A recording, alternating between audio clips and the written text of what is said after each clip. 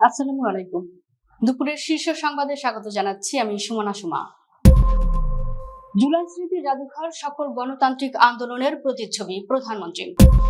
পথ হারালে এই জাদুঘরে এসে পথ খুঁজে নেব ডক্টর ইউনূস। জুলাই শহীদদের আত্মত্যাগের চেতনায় গড়ে উঠবে নতুন বাংলাদেশ মির্জা ফখরুল। শহীদদের প্রত্যাশা এখনো পূরণ হয়নি ডাক্তার শফিকুর রহমান।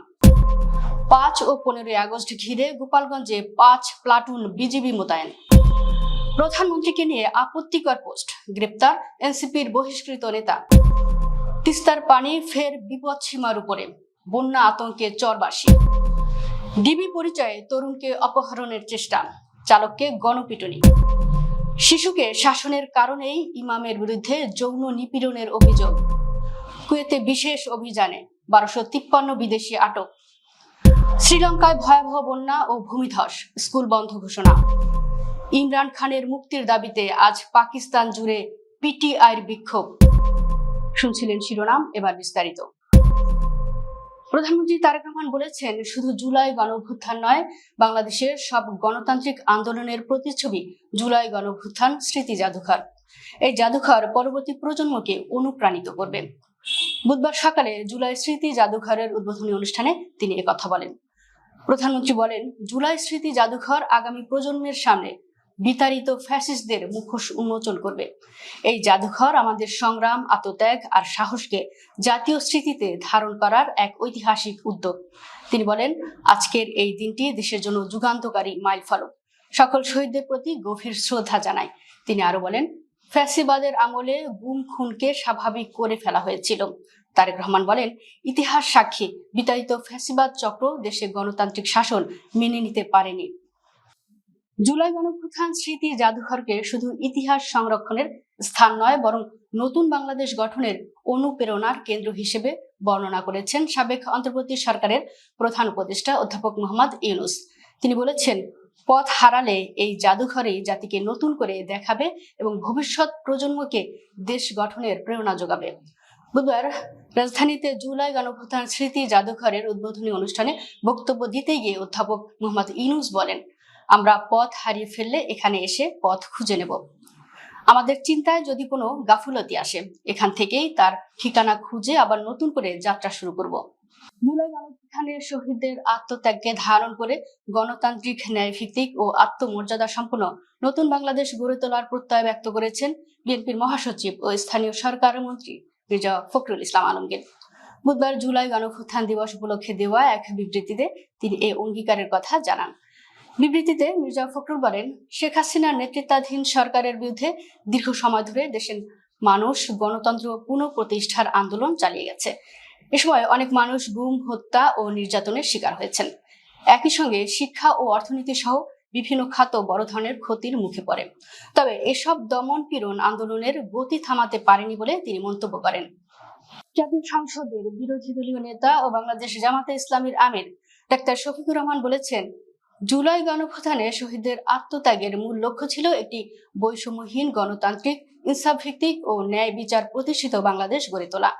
সেই লক্ষ্য এখনো পুরোপুরি বাস্তবায়িত হয়নি। তাই শহীদদের রক্ত যেন কোনোভাবেই বৃথা না যায়, সে লক্ষ্যে সবাইকে ঐক্যবদ্ধ হয়ে কাজ করতে হবে। বুধবার ঐতিহাসিক জুলাই গণঅভ্যুত্থান দিবস উপলক্ষে সামাজিক যোগাযোগ মাধ্যম ফেসবুকে নিজের ভেরিফাইড পেজে দেওয়া এক বার্তায় তিনি এসব কথা বলেন। বার্তায় শুরুতে ডাক্তার শফিকুর রহমান দেশবাসী এবং বিশ্বের বিভিন্ন প্রান্তে অবস্থানরত বাংলাদেশিদের জুলাই গণঅভ্যুত্থান দিবসের শুভেচ্ছা ও অভিনন্দন জানান। তিনি বলেন, 5 আগস্ট বাংলাদেশের জাতীয় জীবনের ইতিহাসে এক গৌরবময় ও অবিস্মরণীয় অধ্যায়।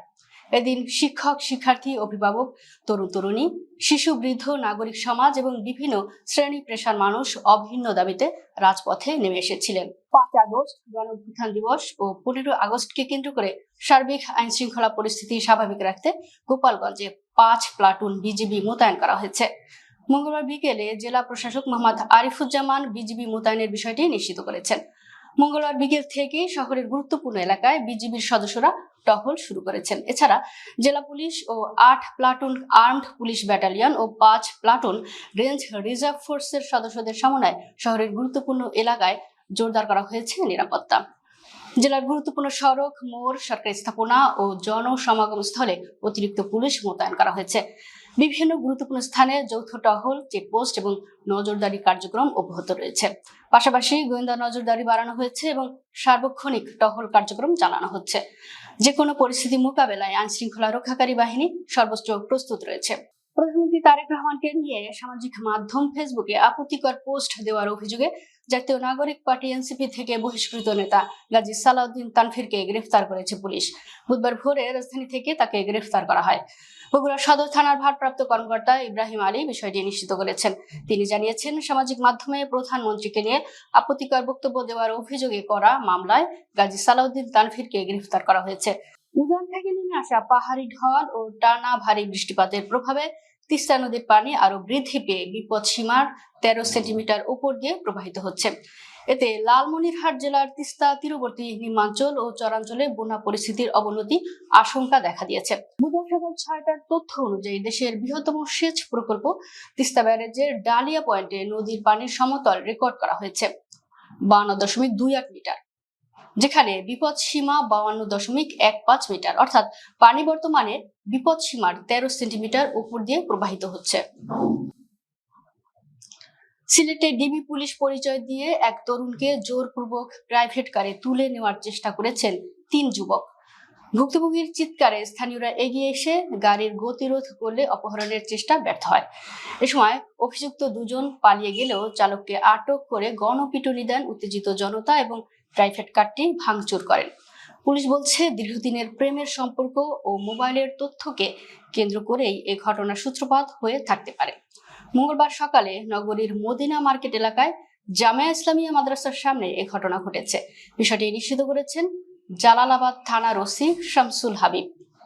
শরীয়তপুর সদর উপজেলার তুলাসার ইউনিয়নের 22 রশ্মি জামে মসজিদের ইমাম এনামুল হককে এক মক্তব শিক্ষার্থীকে যৌন নিপীড়নের অভিযোগে আটক করেছে পুলিশ। তবে স্থানীয়দের দাবি, শিশুদের শাসনের ঘটনাকে ভিন্নভাবে উপস্থাপন করে তাকে ফাঁসানোর চেষ্টা করা হচ্ছে। মঙ্গলবার সকালে এ ঘটনা ঘটে। অভিযোগ অনুযায়ী পাঠদানের সময় এক পর্যায়ে এক শিক্ষার্থীর সঙ্গে অশোভন আচরণ করা হয়। বিষয়টি জানাজানি হলে স্থানীয়রা ইমামকে আটক করে পুলিশের হাতে তুলে দেন। অন্যদিকে অভিযুক্তের পরিবার ও কয়েকজন মুসল্লির দাবি, পড়া না পারায় শিশুকে শাসন করার পরিকল্পিতভাবে তার বিরুদ্ধে অভিযোগ আনা হয়েছে। পালং মডেল থানার ওসি শাহ আলম জানান, ভুক্তভোগী শিক্ষার্থীর মায়ের লিখিত অভিযোগের ভিত্তিতে ইমামকে আটক করা হয়েছে। অভিযোগের সত্যতা তদন্ত করে আইন অনুযায়ী প্রয়োজনীয় ব্যবস্থা নেওয়া হবে। কুয়েতের জিলিব আল শুয়েখ এলাকায় অপরাধ দমন, অবৈধ কার্যক্রম বন্ধ এবং এলাকার সার্বিক আইন শৃঙ্খলা ফেরাতে একটি বড় ধরনের অভিযান শুরু করেছে দেশটির স্বরাষ্ট্র মন্ত্রণালয়।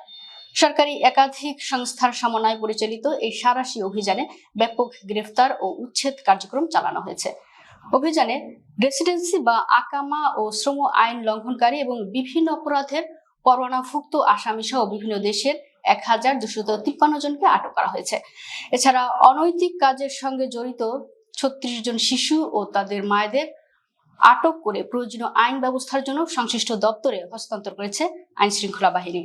শ্রীলঙ্কায় প্রবল বর্ষণের ফলে সৃষ্ট প্রাণঘাতী ভূমিধস ও আকস্মিক বন্যায় অন্তত 7 জনের মৃত্যু হয়েছে। এ ঘটনায় আরো বেশ কয়েকজন আহত হয়েছেন। এমন পরিস্থিতিতে দেশটির মধ্যাঞ্চলের পার্বত্য এলাকায় স্কুল বন্ধ ঘোষণা করা হয়েছে। মঙ্গলবার আল জাজিরার এক প্রতিবেদনে এ তথ্য জানানো হয়েছে। দেশটির চা উৎপাদনকারী পার্বত্য অঞ্চলে প্রবল বর্ষণে ব্যাপক ক্ষয়ক্ষতি হয়েছে।